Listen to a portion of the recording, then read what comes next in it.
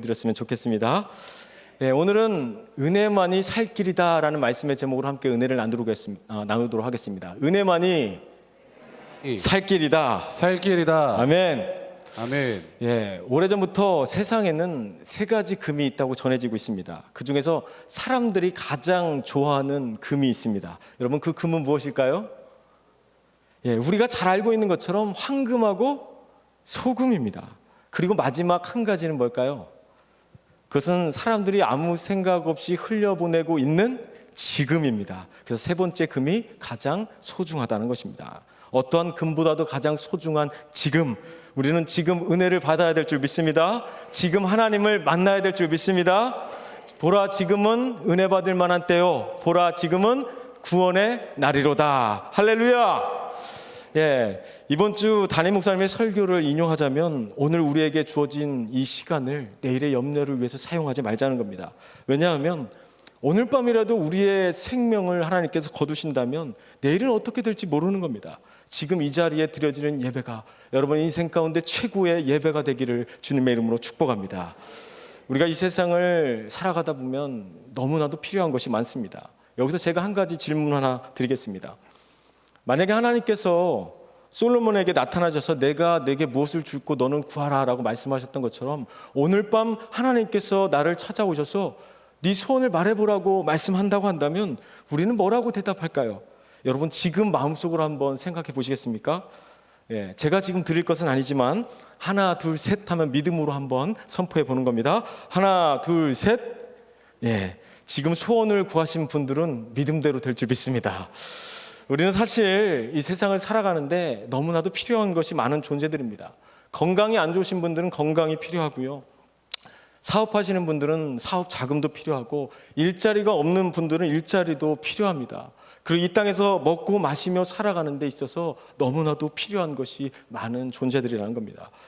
그런데 우리 삶에 가장 우선적으로 필요한 것이 있다고 한다면 여러분, 그것은 무엇일까요? 그것은 바로 하나님의 은혜라는 것입니다. 사람들이 교회 와서 가장 많이 듣는 소리 하나가 어떤 말입니까? 은혜입니다. 그래서 은혜 받읍시다, 은혜로 합시다. 그래서 교회 안에는 은혜라는 이름도 많지요. 이 은혜라는 말이 성경에서 보니까 구약 성경에는 200번, 그리고 신약 성경에는 133번, 이렇게 모두 333번이나 쓰였습니다. 여러분, 별로 놀라지 않으시는 거 보니까 다시 하겠습니다. 은혜라는 말이 성경에 여러분 몇 번이나 기록되어 있다고요? 333번이나 기록되어 있습니다. 그래서 저는 그 은혜를 찾아서 한 주간 동안 묵상하면서 하나님께서 나에게 주시는 은혜는 무엇일까? 나는 그 은혜를 지금 누리며 살아가고 있는가? 계속해서 그 은혜가 무엇인지 질문하고 또 질문했습니다. 그러다가 결론을 냈습니다. 결론은 난 알 수 없도다라는 거예요. 찬송가 310장의 가사처럼 난 알 수 없도다라는 고백이었습니다. 우리 1절 앞부분만 한번 불러볼까요? 불러보겠습니다. 시작. 하나님의 은혜로 있을 데 없는 자 왜 구속하여 주는지 난 알 수 없도다. 아멘. 어떻게 하나님의 은혜를 우리가 다 알 수 있겠습니까? 사람의 머리로는 도저히 이해할 수 없고 측량할 수 없는 것이 바로 은혜라는 것입니다. 단순히 마음에 감동이 되고 눈물이 났다고 해서 은혜를 아는 것이 아닙니다. 때로는 우리 스스로 눈물이 날 정도로 우리의 감정을 움직이는 것이 하나님의 은혜이지만 그 은혜는 감동으로 끝나지 않는다는 거예요.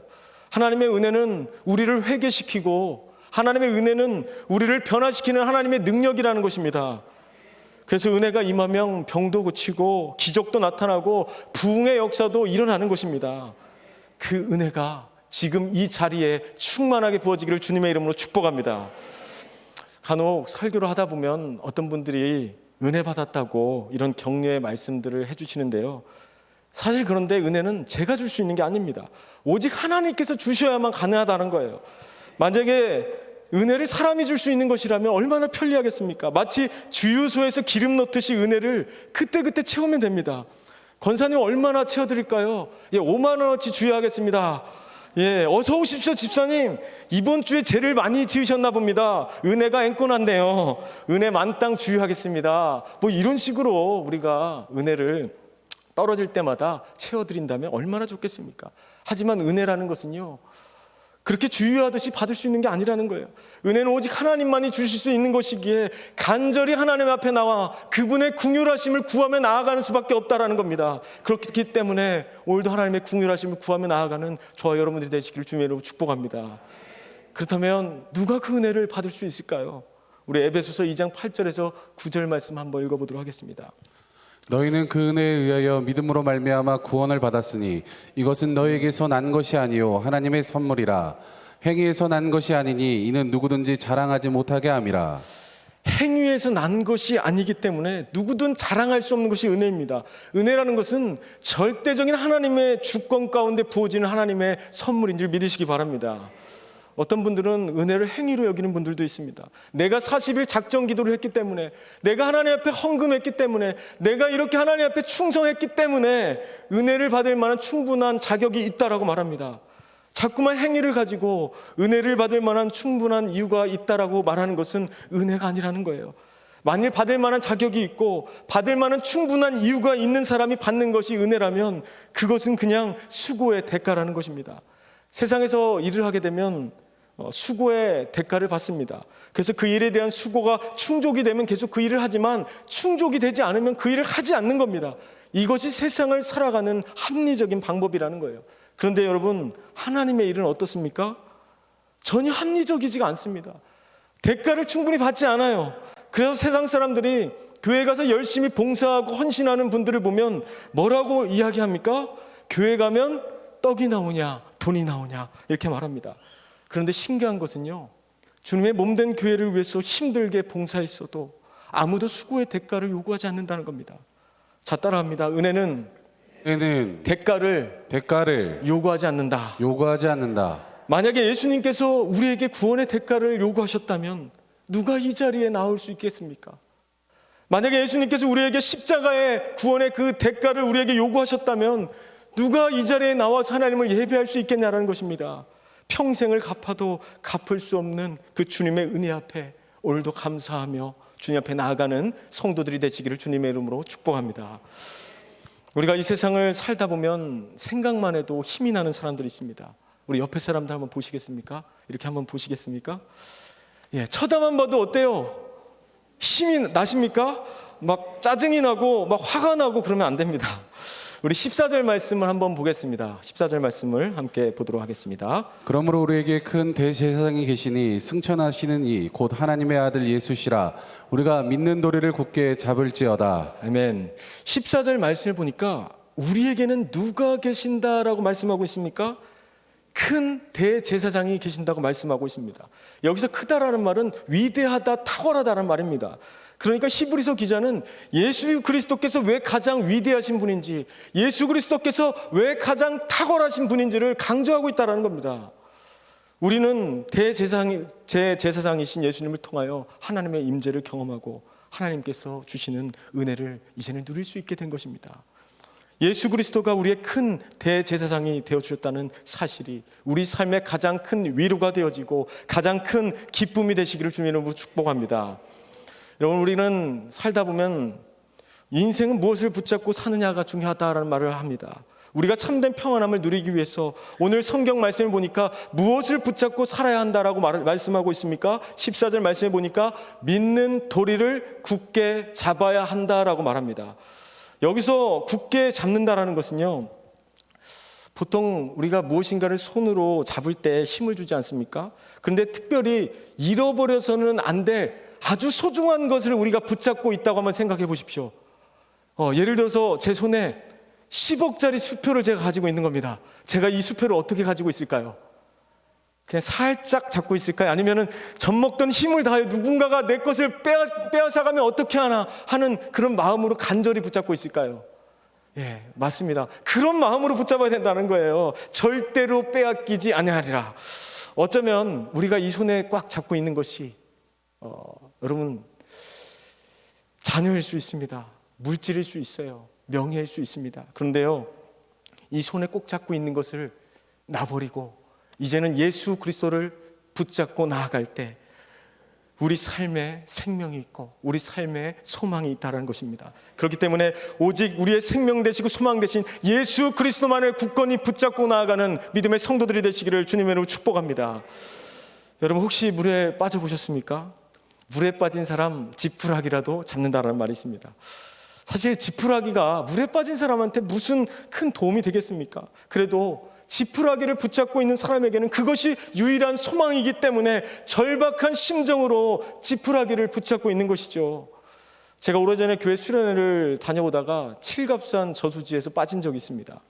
친구랑 이렇게 물놀이를 하다가 이제 물에 빠졌는데 그 친구가 저를 붙잡고 놔주질 않는 거예요. 그래서 안간힘을 다해서 뿌리치려고 했지만 뿌리칠 수가 없었습니다. 그래서 이렇게 물에 이렇게 가라앉았거든요. 그 짧은 순간 동안 어떤 파노라마 같이 살아온 시간들이 착착착착 넘어가면서 야, 이제 죽었구나라는 생각을 했습니다. 그런데요, 이 자리에 서기 위해 제가 죽지 않고 아직까지 살아있습니다. 저는 그렇게 생각합니다. 그때 한 가지 깨달은 것은 물에 빠진 사람한테 붙들리면 죽지만 예수님께 붙들리면 산다는 것을 경험한 것입니다. 믿는 돌이라는 것은 바로 물에 빠져 죽어가는 사람이 절박한 심정으로 붙들고 있는 지푸라기와도 같은 것입니다. 예수 그리스도께서 우리를 건져주실 유일한 소망이시라는 그런 소망을 갖고 이거 놓치면 죽는다라는 그런 믿음으로 예수님을 붙잡고 살아가는 저와 여러분 되시길 바랍니다. 오늘 히브리서 기자가 우리에게 말씀하고 있는 것은 어떤 유혹과 시험이 와도 아무리 낙심되고 절망스러운 상황이 온다 할지라도 믿는 도리를 굳게 붙잡고 어떤 고통과 고난 속에서도 예수님만 바라보고 나아가자라고 그렇게 우리에게 말씀하고 있다는 것입니다. 우리 시편 37편 24절 말씀 함께 읽도록 하겠습니다. 그는 넘어지나 아주 엎드려지지 아니함은 여호와께서 그의 손으로 붙드심이로다. 아멘. 이 시편을 쓴 다윗의 인생은 파란만장한 인생이었습니다. 넘어질 때마다 하나님께서 붙들어 주시고 도우시는 은혜가 있었기 때문에 넘어져도 쓰러져도 완전히 엎드러지지 않을 수 있었다라고 고백하는 것은 그런 어떤 절망 속에서도 우리가 어디를 가든지 하나님께서 지금 내 손을 붙잡고 계시기 때문이라는 사실입니다. 이런 믿음의 확신을 가지고 여러분 이 어려운 시기를 믿음으로 이겨나갔으면 좋겠습니다. 요즘 우리가 살고 있는 세상은 분명히 예전보다 풍족한 삶을 살게 되었음에도 불구하고 오히려 사람들의 얼굴에는 기쁨과 즐거움이 없는 것을 잃어버린 채 살아가는 것을 보게 됩니다. 왜 그렇습니까? 은혜를 잃어버렸기 때문입니다. 세상에서 많은 사람들이 행복해지기 위해 부단히 노력합니다. 열심히 일을 해서 돈을 벌고 아파트를 장만하고 노후를 준비합니다. 여러분, 만약에 도안 신도시에 100대 1의 경쟁을 뚫고 아파트에 당첨되었다고 한번 상상해 보십시오. 여러분, 상상은 할 수 있지 않습니까? 정말 좋겠죠. 그런데 이 기쁜 마음이 죽을 때까지 영원히 가겠냐라는 거예요. 이런 즐거움과 기쁨은 영원한 것이 아니라는 거예요. 새 차를 샀을 때 그 기쁨, 새 집을 장만했을 때 그 즐거움을 아직까지 가지고 계시냐라는 거예요. 세상에 줄 수 있는 기쁨과 즐거움은 영원한 것이 아니라 영원한 기쁨과 즐거움은 오직 예수 그리스도 안에만 있다는 사실입니다. 그래서 이 예수 그리스도 안에 소망이 있음을, 예수 그리스도 안에 생명이 있음을 온전히 증거하는 삶을 살아야 될 줄 믿습니다. 사도행전이 기록될 당시 초대교회는 그리스도인을 한눈에 알아보는 기준이 있었습니다. 그의 얼굴에 기쁨이 있는가 아니면 걱정이 있는가.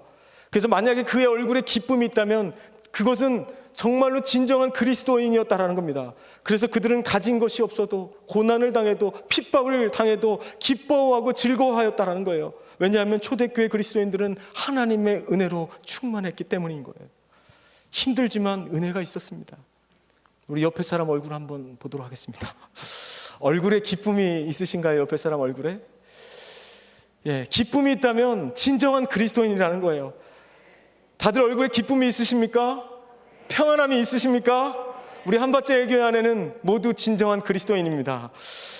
제가 어느 날 분주하게 교회를 하다가 우연히 거울에 비친 제 모습을 보았습니다.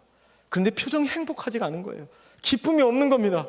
은혜 없이 일하고 있는 제 모습이 정말로 초라하고 불쌍하게 느껴졌습니다. 우리 예수 믿는 사람들은 표정부터가 달라야 합니다. 얼굴에 기쁨이 넘쳐야 합니다. 은혜가 있으면 얼굴에서 기쁨과 즐거움이 넘치는 것이죠. 그렇기 때문에 하나님의 은혜가 내게 있는지를 늘 점검하실 수 있게 되기를 소망합니다. 하나님께서는요, 지금 여러분과 여러분의 가정과 사랑하는 자녀들에게 은혜를 베풀어 주시기를 원하십니다. 하나님이 우리에게 은혜를 주고자 하는 이유는 분명합니다. 당신의 자녀들이 하나님의 은혜 안에서 행복하게 살기를 원하신다는 거예요. 그런 행복이, 진정한 기쁨이 우리 가정과 여러분 삶 속에 온전히 있게 되기를 소망합니다. 우리 함께 15절 말씀을 읽도록 하겠습니다. 우리에게 있는 대제사장은 우리의 연약함을 동정하지 못하실 리가 아니요 모든 일에 우리와 똑같이 시험을 받으시니로되 죄는 없으시니라. 아멘. 여기서 동정이라는 뜻은 우리가 겪고 있는 어려운 사정을 예수님께서 충분히 공감하고 계신다라는 말입니다. 흔히들 눈물 젖은 빵을 먹어보지 않고는 인생을 논하지 말라라는 말을 하죠. 이게 무슨 말입니까? 고생을 해봐야 고생을 알 수 있다라는 거예요. 예수님께서는 십자가에서 그 고난을 다 경험해 보셨기 때문에 우리가 이 땅 가운데 겪는 그 어려움과 이 땅 가운데 겪는 그 시련들을 다 공감하실 수 있다라는 얘기입니다. 눈물 젖은 빵 하니까 군대에 있을 때 생각이 나는데요. 이등병 때 자대 배치 받고 보니까 제 위로 병장만 10명인 거예요. 그러다 보니까 매일 눈 뜨면 일과가 고참들 빨래 빨아주고 속옷을 각 잡아가지고 정리해주고 매일 그런 일들이 반복되다 보니까 하루하루가 고달픈 겁니다. 얼마나 바쁜지 주일에 초코파이 받아온 그 초코파이를 먹을 시간이 없는 거예요.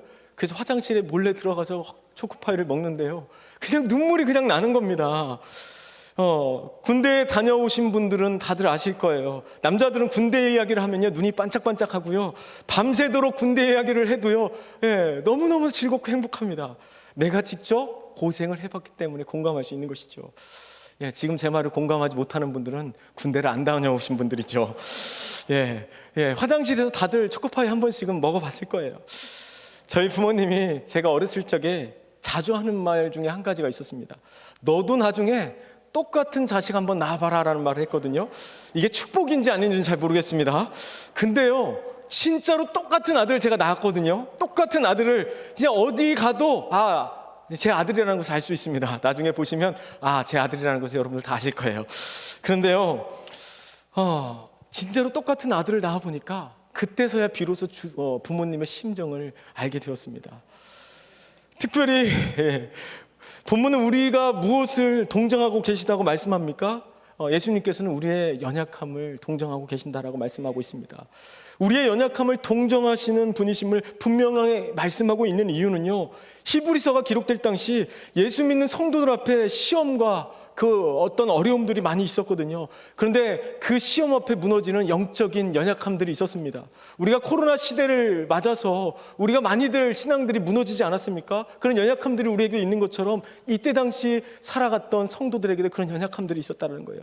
예수님을 믿는다는 것 때문에 여러 가지 고난과 핍박 속에서 신앙을 포기해버리는 그런 상황 속에 있었다는 것이죠. 이런 그들을 향해 히브리서 저자는 우리의 연약함을 동정하시는, 그리고 돕기를 원하시는 예수님의 은혜와 자비를 바라보며 나아갈 것을 요청하고 있다는 거예요. 실제로 우리가 얼마나 연약한 존재입니까? 생존 능력으로 따지면요, 송아지보다도 못한 것이 바로 우리 사람 아닙니까? 송아지는 낳자마자 어떻게 하죠? 뛰어다녀요. 막 뛰어다닙니다. 그런데 우리 인간은요, 태어나서 그냥 울기만 하면 엄마가 다 해줍니다. 그래서 초중고 대학교까지 가르치고 시집장가까지 보내놓고 끝난 것이 아니라 아직까지 손자 손녀 보느라고 지금까지도 쉬지를 못합니다. 손이 너무 많이 갑니다. 우리는 태생적으로 손이 많이 가는 그런 연약한 존재이죠. 그렇기 때문에 우리는 하나님의 도우심 없이는 살 수 없는 존재들이라는 거예요. 하나님의 긍휼하심을 받지 않으면요, 우리가 어찌 하나님 앞에 나아갈 수 있겠냐는 것입니다.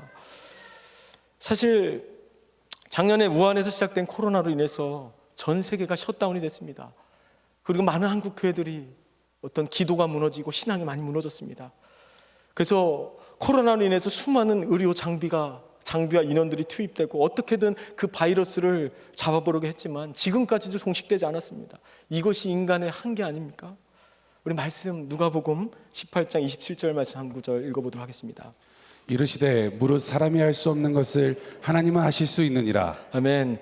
오직 하나님만이 이 코로나 시대를 뚫고 갈 수 있는 유일한 방법이라는 겁니다. 하나님만이 하실 수 있습니다. 하나님께 은혜를 구하십시다. 하나님이 살 길이라는 것을 믿고 선포하고 그렇게 나아가는 저와 여러분들 되시기를 소망합니다. 우리들의 연약함을 동정하시고 돕기를 원하시는 그 예수님의 은혜와 자비를 바라보며 이 힘든 시기를 여러분 이겨나갔으면 좋겠습니다. 오늘 15절 본문의 하반절 말씀을 이어서 보니까 우리와 똑같이 시험을 받으신 이로되라고 말씀하고 있습니다.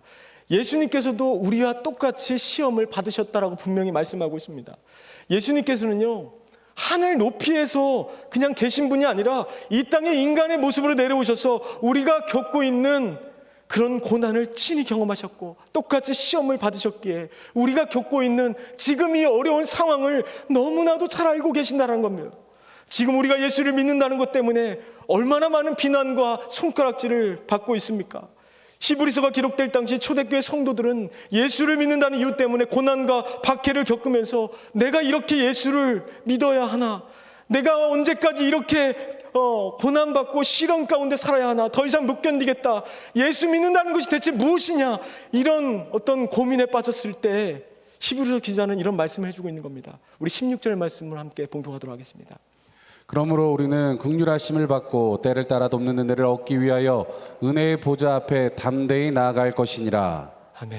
때를 따라 돕는 은혜를 얻기 위하여 은혜의 보좌 앞으로 담대히 나아가라라고 말씀하고 있습니다. 여기서 담대히라는 말은요, 헬라어로 파레이시아라는 뜻인데요, 거리낌 없이 자유롭게 솔직하게 나가라는 거예요. 쉽게 말해서 뻔뻔하게 얼굴에 철판 깔고 그렇게 나아가자라는 거예요. 그런데 어디에 은혜의 보좌가 있습니까? 여러분들이 기도하는 이 자리에 있습니다. 하나님 앞에 예배하기 모인 지금 이 자리가 은혜의 보좌인 줄 믿으시기 바랍니다. 그런데 우리가 은혜의 보좌 앞에 나아가지 못하도록 방해하는 것이 있습니다. 그것은 사단의 송사입니다. 네가 그렇게 잘못을 해놓고도 그렇게 뻔뻔하게 하나님 앞에 나아갈 수 있냐라고 말합니다. 너 저번에 그렇게 간절히 기도하더니 또 그러지 않았느냐라고 말합니다. 그런 송사를 사단이 우리 마음에 심어줌으로 말미암아 우리가 하나님 앞에, 우리가 은혜의 보좌 앞에 나아가지 못하도록 방해하고 있다는 거예요. 교회 안 다니시는 분들을 만나다 보면 특별히 남자분들은 뭐 이런 이야기를 합니다. 술 다 끊으면 교회 가겠다. 담배 끊으면 교회 나가겠다. 죄가 많아서 못 간다. 자기들 같은 죄인이 어떻게 거룩한 교회에 갈 수 있냐라고 이야기를 합니다. 그때 이야기해 주십시오. 우리도 얼굴에 다 철판 깔고 교회 다니고 있다라고 말씀해 주시기 바랍니다. 교회가 왜 남자분들보다 여자분들이 많으신 줄 아십니까? 이렇게 둘러보십시오. 지금 누가 더 많죠? 우리 여자분들이 더 많아요. 그 이유가 있습니다. 얼굴에 화장을 두껍게 칠해서 그렇습니다. 신앙생활은 얼굴이 두꺼운 사람이 잘하는 거예요. 우리는 어차피 죄인이고요, 연약해서 한 주간 동안 죄만 짓다 왔습니다라고 그렇게 주님 앞에 고백할 망정 얼굴에 철판 깔고 하나님의 긍휼하심을 구하며 주님의 보좌 앞으로 담대히 나아가자라는 거예요. 이전에 저희들은 주님의 거룩한 보좌 앞에 나아가고 싶어도 나아갈 수 없는 존재들이었습니다. 만나고 싶어도 하나님을 만날 수 없는 존재들이었다는 거예요.